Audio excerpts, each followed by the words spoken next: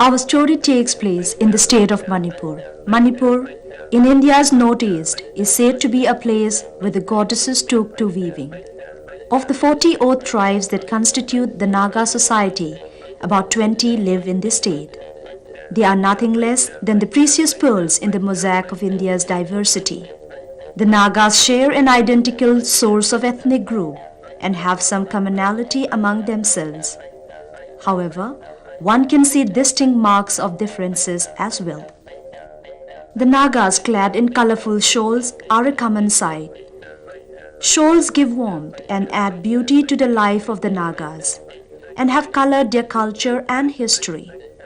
Wherever they are, the Nagas are never complete without a shawl.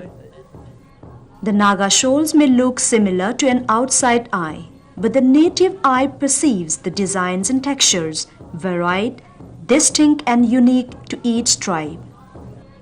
The Naga tribes inhabiting the hills of Manipur are a familiar population. Agricultural practices hold a prime importance in the life of the Nagas. Living life in the bosom of nature, they extract their lifestyle, art, culture and tradition from their experiences with nature. Nagas are an artistic people. Women, when not engaged in the field works or household activities, weave shawls and other clothes on loin looms to meet their family needs. Weaving is not a profession to earn a living. It is a must for every Naga woman to know this art. The Nagas have covered a long distance to reach this stage of wearing colorful shawls. They have trickled through crossroads and milestones. The need to keep themselves warm must have necessitated its birth.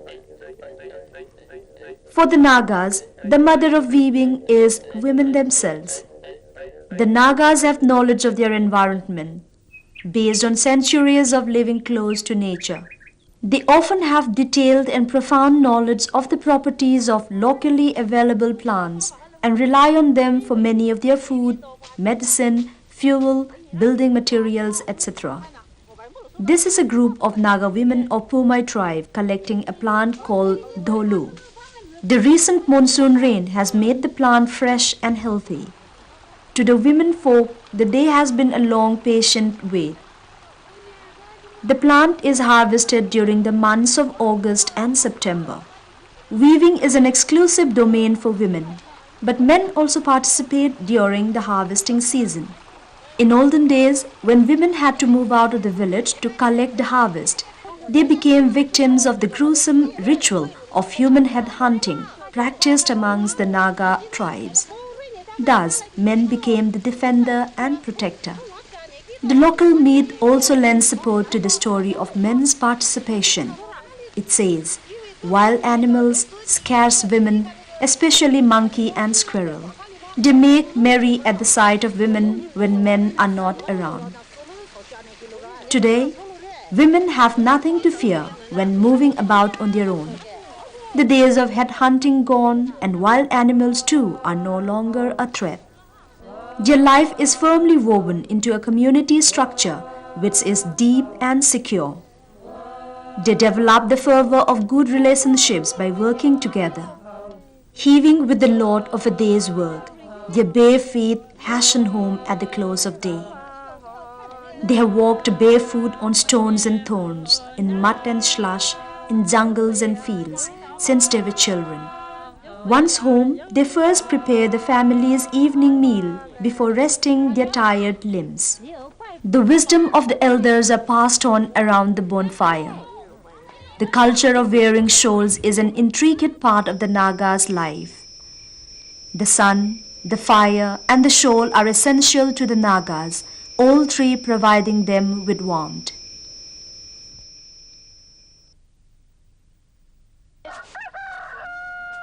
To continue with the previous day's activity, the fibers are hung to dry.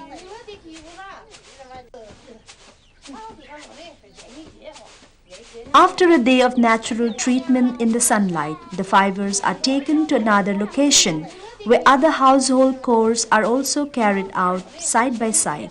Husking paddy is a daily routine for women, though not categorically their domain. Chaffing is done by women only. The fibers are split into very fine strands. These are then spun by twisting 2 to 3 strands together. When the thigh hurts from twisting the strands for long, some ash is applied. It gives them relief from the pain.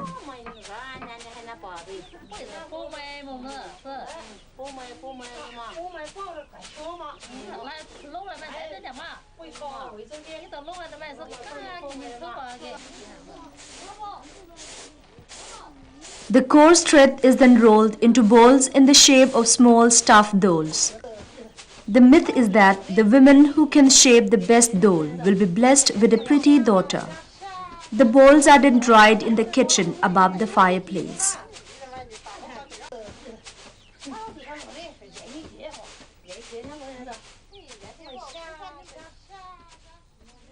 Although a household works in an organized team, women have more responsibilities to shoulder.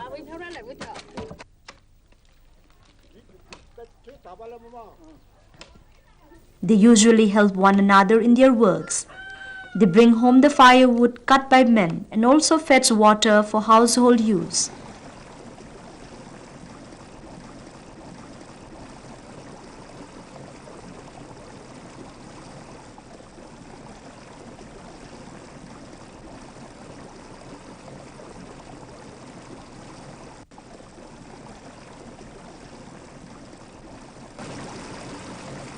The ritual resumes. The bowls are moistened in the water.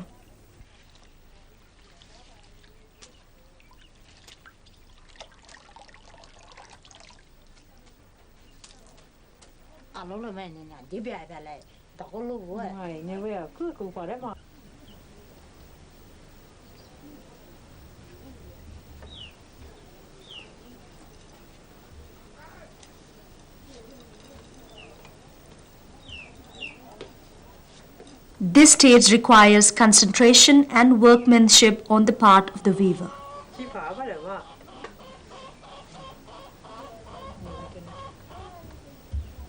The endurance of the thread is put to test here. When a weak joint of the thread gives way, a knot sets it right.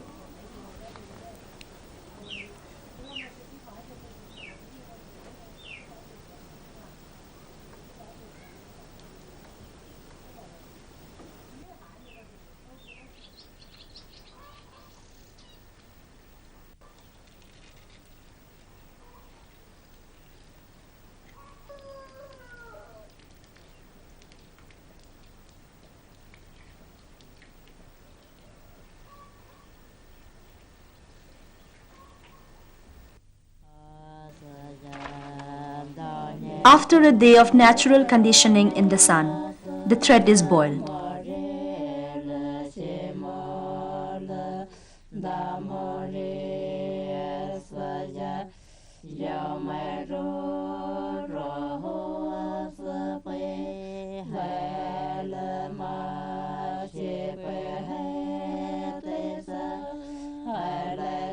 Ash is added and stirred until they emit a peculiar odor which tells the weaver that the thread can now be beaten.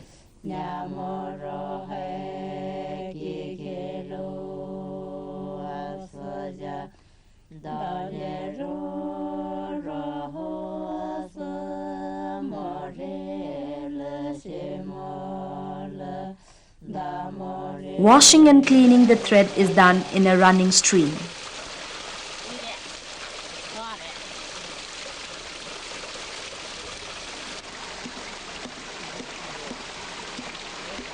Beating is repeated continuously to make it soft and white.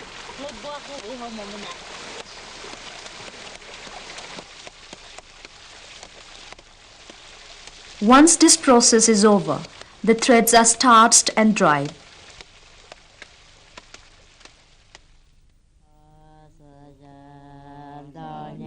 No dye is applied to these threads. Their colors are natural.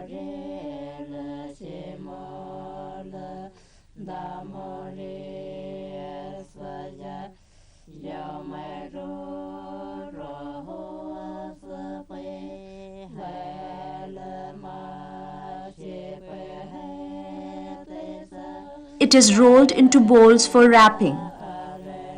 Generally, 12 bowls are required to weave a shawl.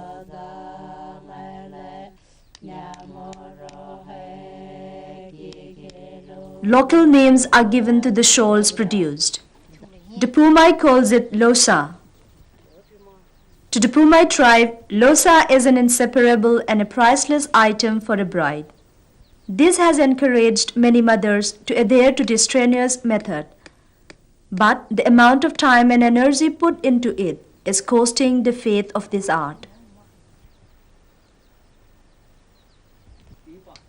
An hour or so of to and fro running completes the wrapping. As they bend down to pull out the poles, they utter a short prayer, beseeching their Creator to bless their shawls with good length and breadth, and to make them durable.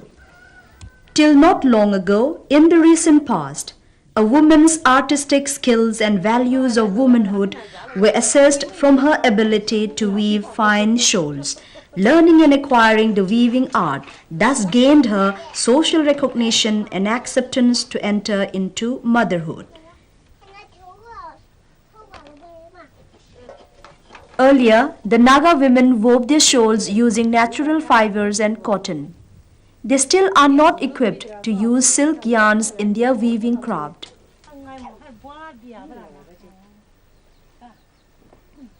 The evolution in their weaving touched another stage in the 1950s with the introduction of imported staple yarns, and in the 60s, 4-ply wool became available to them.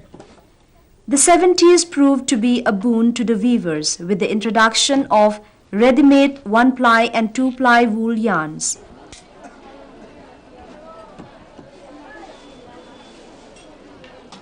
These yarns were more suited for their warmth, cheap price and availability in different colors anytime in the market. The Nagas have specific shawls for men and women. However, there are also general shawls for both genders.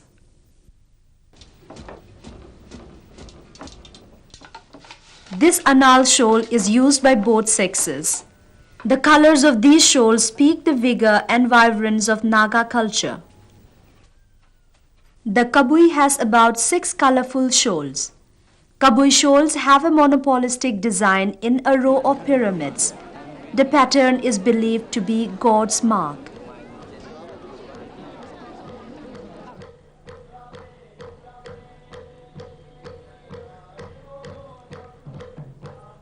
The Lamkang shawl is striped with black, red and yellow, and the designs are made of white. The Mau and Pumai share an identical culture and have common shawls. The Angami tribe of Nagaland also wear this shawl. This particular shawl is worn by a Mau lass. Mau girls embrace white color, symbolizing virginity and youthful exuberance. Black is favored for boys, conveying bravery and energy.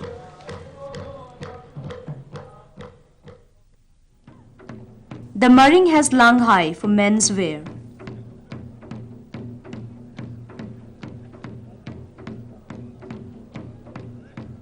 The cultural attires of most Naga tribe consist of shawls. The Marings are one such tribe.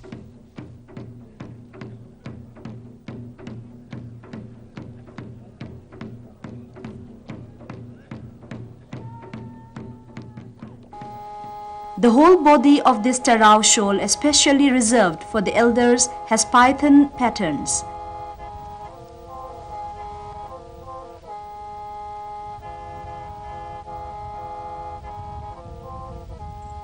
Most of the Tarao shawls have simple geometrical designs in varied shades. This Maram shawl for men has python patterns, while the women's shawl has limbs of frogs and caterpillars as designs.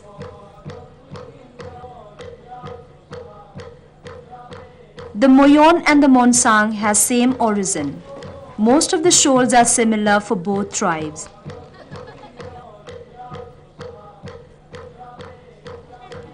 The Kurkampin shawl is exclusively worn by the Moyons.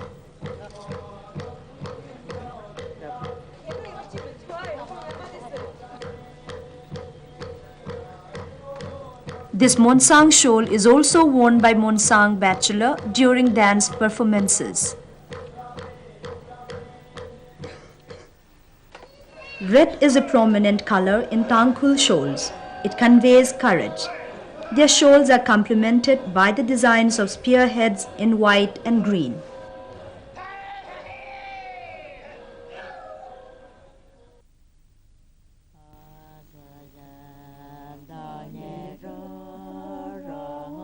In a Pumai shawl, the women's shawl consists of motifs close to them, such as basket, walking stick, fish pouch, bangles, and so on.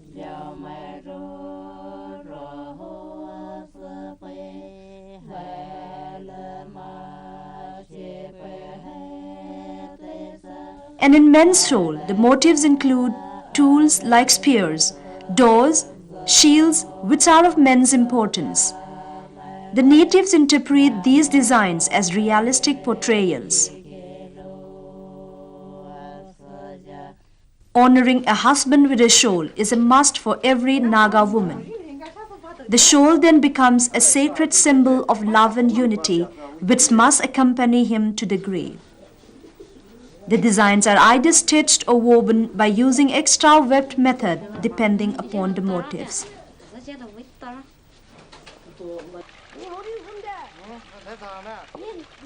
There is no particular site for weaving. They set up their looms wherever they find it convenient for the moment. They work quietly alone or in groups. The Naga shawls are composed of simple and straight lines, stripes and bands. Contrast and combination of colors are chosen expertly. New designs in weaving have also become more varied, but their original designs are not disturbed. The wonderful creation of the Naga women are no longer confined to the tribe living in the villages, but its copy is finding its way to the supermarkets in the towns. Hunting for an original shawl produced in a loin loom is extremely difficult. The locals as well as outsiders can purchase shawls at a cheap price produced by the Meitei weavers for mass consumption. When there is this shift in the production, the traditional boundary of ownership is thrown into a whirlpool, and the quality of these shawls has been compromised for cheap gains.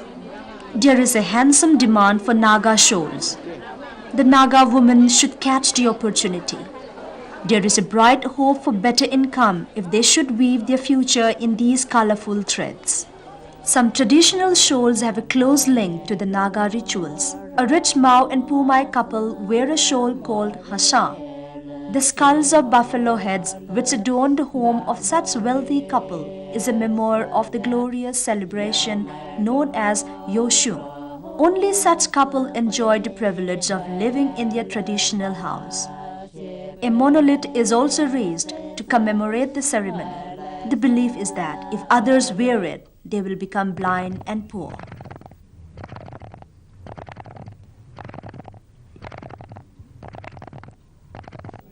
The shawls also throw light on the history of the Nagas. This is a village king of the Pumai, wearing a shawl known as Samilanmi. In the olden days, this shawl was a gift from the Meitei king to the Naga village chiefs to honor their bravery and valor. Only Meitei weavers weave this shawl. Today, the elders of Pumai and Mao claim this rich legacy. For the Nagas, gifting a shawl is a gesture of goodwill and friendship. Honored guests and friends are always parted with a shawl. When different Naga tribes come together for common functions, what distinguishes one tribe from another is the shawl they wear.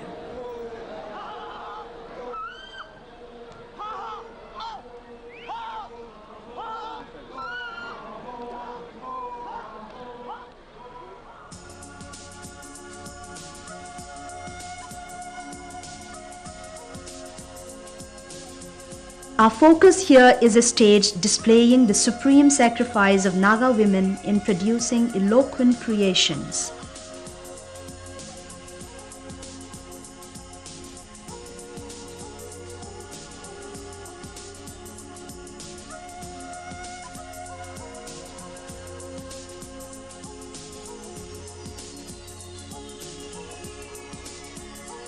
We sing and dance when we are lifted up by the spirit of beauty in sight and sound. The woven clothes give them confidence as they take bold steps ahead. But behind this scene are the women who tirelessly spend long hours in the loin looms. Weaving is just one of the many duties Naga women perform in their houses. A glance at their life reveals the indefinite drama of work sequence that include looking after children, cooking, fetching water, collecting firewood, feeding domestic animals. There is also the physically demanding duty in the fields where women play a vital role. However, outside the agricultural life, weaving represents the largest workforce.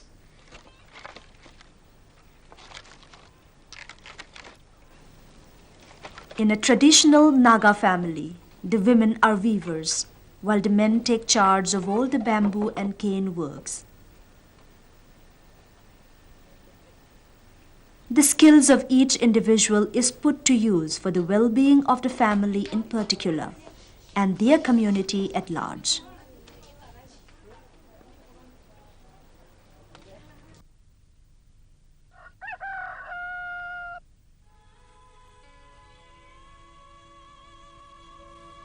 The inevitable wind of change has also touched the life of the Nagas. Their life patterns are changing, and the new generations are trying to excel in other creative avenues.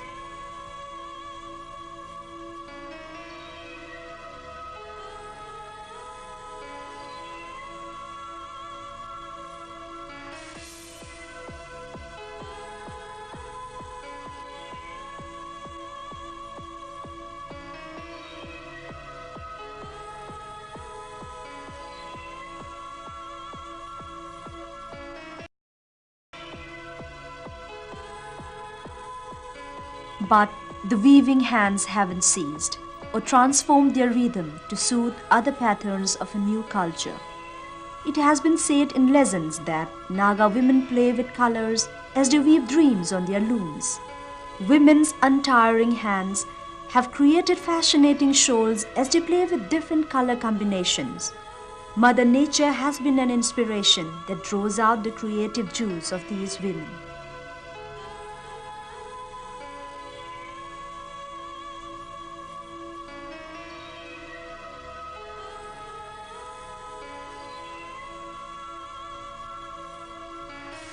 The oral and visual traditions of the Nagas have been the rays of hope that rekindle the pristine wisdom of their ancestors. The weavers see color, rhythm and harmony in life through the compositions and forms of their creation.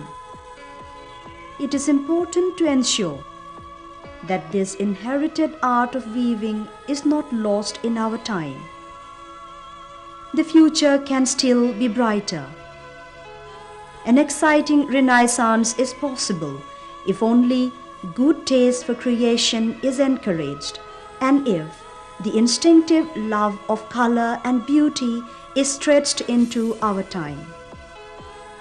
For time has hitherto never failed to reveal the wondrous creation of the weaving hands.